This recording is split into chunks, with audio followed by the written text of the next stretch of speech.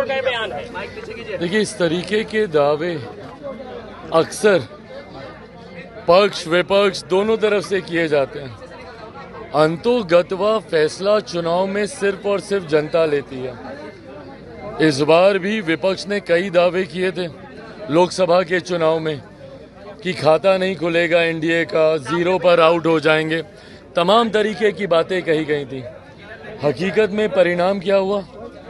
हम लोग अधिकांश सीटें हम लोग बिहार में जीतने का हम लोगों ने काम किया। मेरी पार्टी की अगर आप बात करेंगे तो 5 की 5 सीटें हम लोगों ने जीती, जहां पर विपक्ष के द्वारा ये भी दावा किया जा रहा था कि हम हाजीपुर भी हम हारे। तो ऐसे में इस तरीके की बातें कही जाती हैं, पर अंतोगत्वा जनता किसका साथ देती है। और एक बात स्पष्ट है कि जनता ने ये तय कर लिया है कि बिहार में डबल इंजन की सरकार से ही बिहार का विकास हो सकता है। एक लंबा समय बिहार में ऐसा रहा है जहां पे विरोधाभास की सरकारें रही हैं, केंद्र में कोई और राज्य में कोई और। ऐसे में एक लंबे समय के बाद जब बिहार को डबल इंजन की सरकार मिली है, इस सरकार पर बिहार की जनता का विश्वास है। जहां केंद्र के चुनाव में, लोकसभा के चुनाव में हम लोगों के पक्ष में बिहार की जनता ने मतदान करने का काम किया। जो कुछ सीटें भी हम लोग हारे हैं उसमें भी सबको कारण पता है, कहीं ना कहीं उसमें भी हम लोग अगर थोड़ी सी बेहतर तरीके से अगर हम ही लोग चुनाव लड़ते तो परिस्थितियां और बेहतर हो सकती थी। ऐसे में विधानसभा के चुनाव में भी बिहार की जनता ने मन बना लिया है, एनडीए की ही सरकार आएगी। मुख्यमंत्री नीतीश कुमार जी के नेतृत्व में एनडीए चुनाव लड़ने जा रहा है और विधानसभा चुनाव परिणामों के बाद बिहार में भी एनडीए की ही सरकार बनेगी।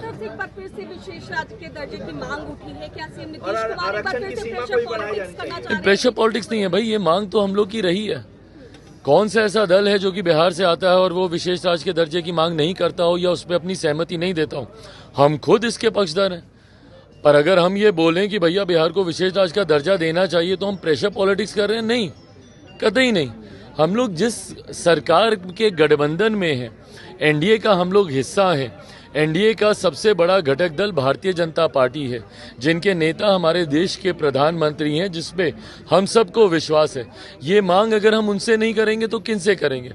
हम लोग राजनीतिक दल होने के नाते ये भी मानते हैं कि ये नीति आयोग के अधीन ये विषय आता है। नीति आयोग के प्रावधानों के अनुसार इससे पहले जब प्लानिंग कमीशन होता था उसमें फिर भी कई ऐसे रिलैक्सेशंस थे जिसमें कई राज्यों को विशेष राज्य का दर्जा मिलता था। नए प्रावधानों के अनुसार जरूर इसमें कुछ टेक्निकल इश्यूज इसमें हैं, पर उसका भी मिलकर हम लोग समाधान ढूंढेंगे। जो जनता दल यूनाइटेड ने कहा है, ये मांग हम लोग की भी है कि बिहार को जल्द से जल्द विशेष राज्य का दर्जा मिलना चाहिए। अश्वनी चौबे ने कहा है कि बीजेपी के नेतृत्व में अगला विधानसभा चुनाव लड़ा जाना चाहिए, जबकि सम्राट चौधरी ने कहा कि नीतीश कुमार के ही अगुवाई में लड़ा जाएगा। अश्वनी चौबे के इस बयान को आप कैसे लेते हैं? देखिए, अब हर एक व्यक्ति विशेष के बयान पे टिप्पणी करते रहे। अधिकृत बयान किसका होता है? जो पार्टी के अध्यक्ष होते हैं। अधिकृत बयान एक अधिकृत व्यक्ति के माध्यम से आता है। पार्टी के कई नेता होते हैं जो अपने अपने पार्टी के प्रति आस्था रखकर इस तरीके के बयान देते हैं और उसका भी मैं सम्मान करता हूं, क्योंकि वो उनकी अपनी व्यक्तिगत भावना है।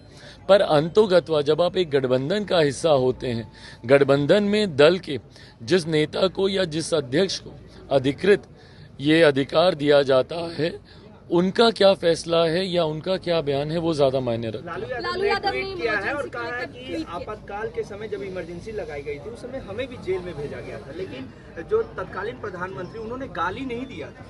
आप जब सदन शुरू हुआ था तो इमरजेंसी को लेकर भी सवाल उठे थे, विपक्ष ने उस पर मौन भी नहीं रखा था। क्या मानते हैं कि क्या लालू यादव का ये पोस्ट किस तरीके से देख रहे हैं? देखिए, मुझे नहीं पता उन्होंने किस सोच के साथ ये पोस्ट किया है, पर ये वो लोग हैं जिन्होंने मेरे नेता, मेरे पिता आदरणीय रामविलास पासवान जी के साथ इतिहास के उस काले अध्याय का ध्वंस झेला है। ये वो लोग हैं जिन्होंने खुद इमरजेंसी के दौरान यातनाएं, प्रताड़नाएं झेली हैं। ये एक ऐसा दौर था जहां भारत को बंदी बनाने का प्रयास किया जा रहा था, देश के ऊपर डिक्टेटरशिप थोपने का प्रयास किया जा रहा था, जिसका कतई कोई समर्थन नहीं कर सकता। आज जब इस काले अध्याय को लगभग 50 साल पूरे होने को आ रहे हैं, ऐसे में जरूरी है कि मौजूदा पीढ़ी और आने वाली पीढ़ी भी उस अध्याय को जाने और उससे सीख लेकर आगे बढ़ने का काम करे। इसके लिए जरूरी है कि इस पे चर्चा हो, इसके लिए जरूरी है कि इस पर निंदा प्रस्ताव सर्वसहमति से पारित हो। मुझे नहीं लगता कि कोई भी, इंक्लूडिंग कांग्रेस, क्या वो आज इमरजेंसी का समर्थन करती हैं? जब माननीय अध्यक्ष जी ने लोकसभा में जब इस प्रस्ताव को जब वो पढ़ रहे थे, जिस तरीके से विपक्ष, और विपक्ष में भी मैं खास तौर पे मैं कह दूं क्योंकि मैं खुद उस वक्त सदन में मैं मौजूद था, सिर्फ कांग्रेस के द्वारा ये हंगामा किया जा रहा था। तथाकथित इंडिया अलायंस के घटक दल तक इस पे खामोश थे। समाजवादी पार्टी, उनके नेता, मैं नाम लेकर बोल रहा हूं, अखिलेश यादव जी वहीं सामने बैठे हुए थे, हम लोग के सामने ही बैठे हुए थे, वो खामोश थे, वो नहीं उठे। क्यों? क्योंकि उनके पिता ने भी उन यातनाओं को झेला है।